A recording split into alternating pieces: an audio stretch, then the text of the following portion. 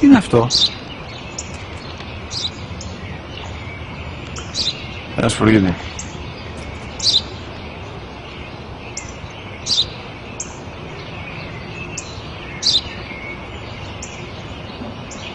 Τι είναι αυτό? Μόλις τώρα στο είπα, πατέρα, σπουργίτη είναι.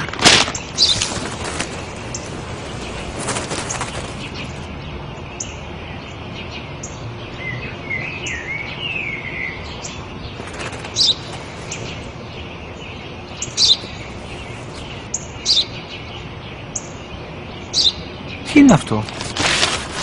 Ένα σπουργίτη είναι, πατέρα. Ένα σπουργίτη. Σπου-γι-τι!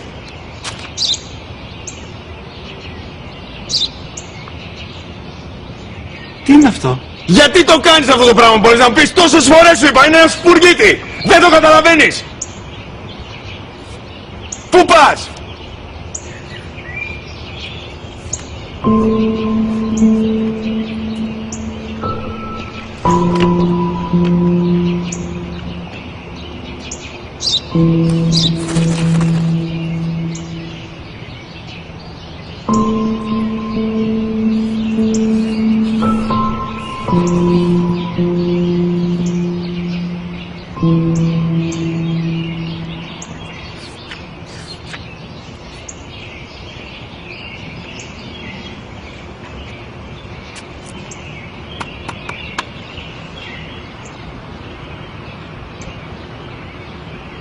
Δυνατά.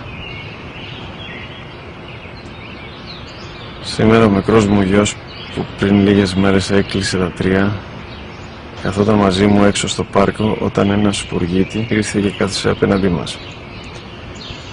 Ο γιος μου με ρώτησε 21 φορές τι ήταν αυτό και του απάντησα και τις 21 φορές ότι ήταν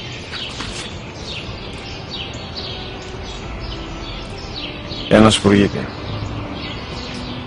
Τον αγκάλιασα τρυφερά και τις 21 φορές που μου έκανε την ίδια ερώτηση ξανά και ξανά, χωρίς να εκνευριστώ, νιώθοντας στοργή για το αθώο μου αγοράκι.